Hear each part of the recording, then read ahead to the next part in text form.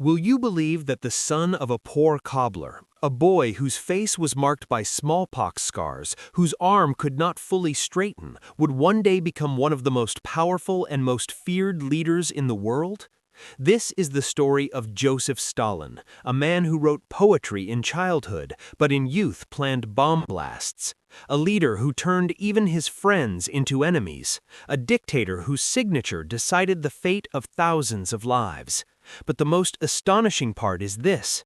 In 1941, when Germany attacked him, that same Iron Man fell silent for several days. Was he afraid?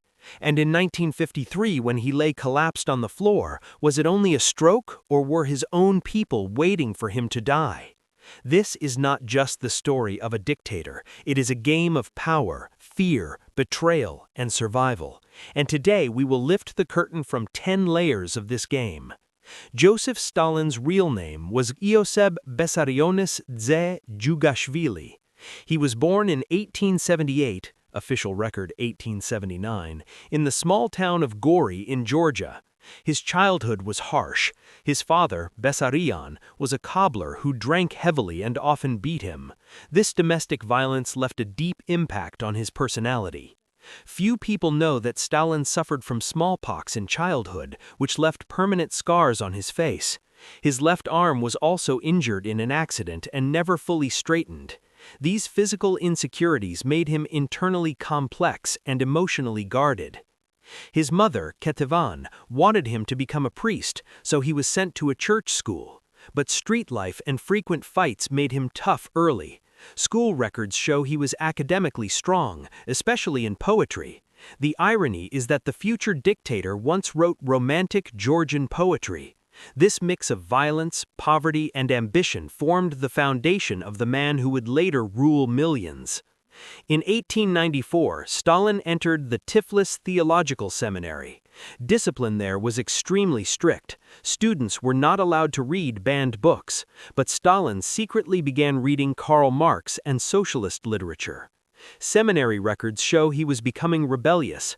In 1899, he was officially expelled for missing exams, but the real reason was his revolutionary activities. Few people know that the Tsar's secret police, Okhrana, monitored revolutionaries at that time, and some historians claim Stalin occasionally had contact with them, a claim still debated today. During this period, he adopted the nickname Koba, inspired by a fictional hero symbolizing revenge and justice. This became his first psychological mask. From there, he joined underground networks, printing pamphlets, organizing workers, and planning strikes. This was the stage where a religious student became a professional revolutionary. In 1907, a daring bank robbery took place in Tiflis, now Tbilisi. Bombs and gunfire were used.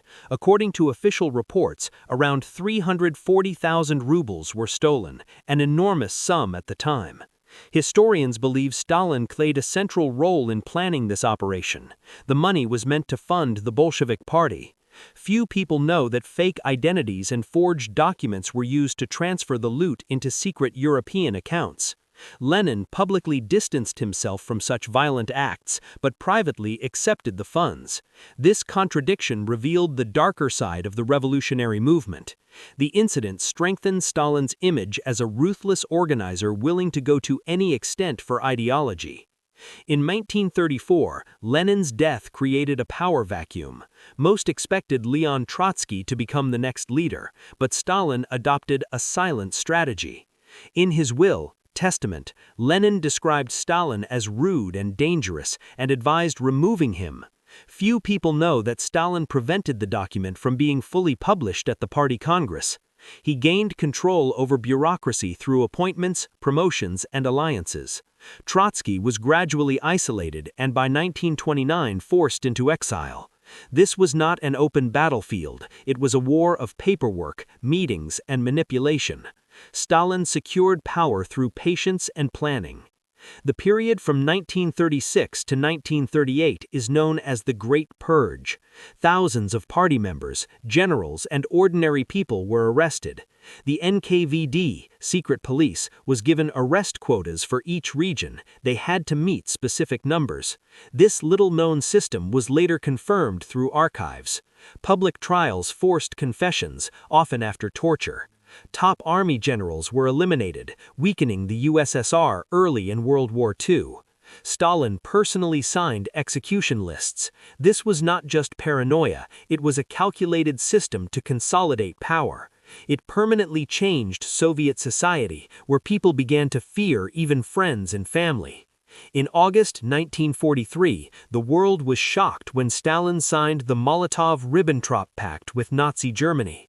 Publicly, it was a non-aggression pact. Both nations would not attack each other, but behind it was a secret protocol dividing Eastern Europe.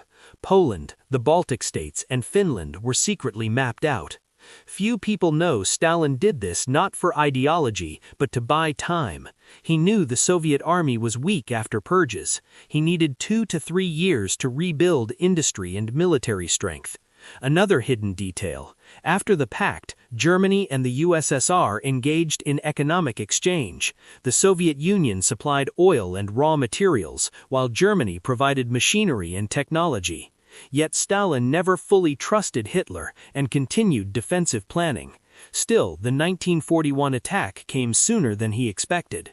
On June 22, 1941, Germany launched Operation Barbarossa and suddenly invaded the Soviet Union. Intelligence warned him, but Stalin believed Hitler would not break the pact so soon. After the invasion, a surprising thing happened. Stalin disappeared from public view for several days. Some accounts say he retreated to his dacha and was in psychological shock. When Politburo members visited him, they thought he feared being arrested. But he soon regained control. On July 3, he addressed the nation by radio, for the first time calling them brothers and sisters, unlike his usual cold style. A little-known detail: Stalin had secret contingency orders prepared to blow up Moscow's bridges and factories if Germans entered the city. This showed both desperation and determination. In 1942, when German forces reached the Volga, Stalin issued a strict order, Order Number 227, not one step back. Soldiers retreating without permission would be sent to penal battalions or shot. Penal battalions were assigned the most dangerous missions. A hidden fact: special blocking detachments stood behind Soviet troops in Stalingrad to stop retreat. This system was highly controversial, but this brutal discipline slowed the German advance. Snipers like Vasily Zaitsev became part of psychological warfare. Every building became a battlefield. The victory at Stalingrad changed the course of the war. It was both a military and psychological turning point. In February 1945, at the Yalta Palace in Crimea, 3 great powers met: Winston Churchill, Franklin Roosevelt, and Stalin. Publicly, they spoke of democracy and free elections, but behind closed doors, bargaining was intense. Stalin pushed the idea of a security buffer zone in Eastern Europe. His hidden plan was to establish pro-Soviet governments in Poland, Hungary, and Romania. Roosevelt was physically weak at that time, and America needed Soviet help against Japan. Stalin used that leverage. Few people know the Soviet delegation brought detailed intelligence reports on Allied leaders, even noting personal habits to gain psychological advantage in negotiations. Yalta shaped the post-war world and laid the foundation of the Cold War. On 5 March 1953, Stalin's death was announced. The official cause was a stroke, but the circumstances remain mysterious. Reports say he was lying on the floor of his room, yet guards delayed calling medical help because they feared disturbing him without permission. The delay lasted more than 12 hours. Another controversial angle: Levaria Beria, the powerful head of the NKVD, may have played a role in delaying doctors. Some witnesses claimed he later said, "I saved you all." This statement remains debated. After Stalin's death, a power struggle began immediately. Beria himself was arrested and executed within months. Was it simply a natural death or a silent coup? This question still has no clear answer,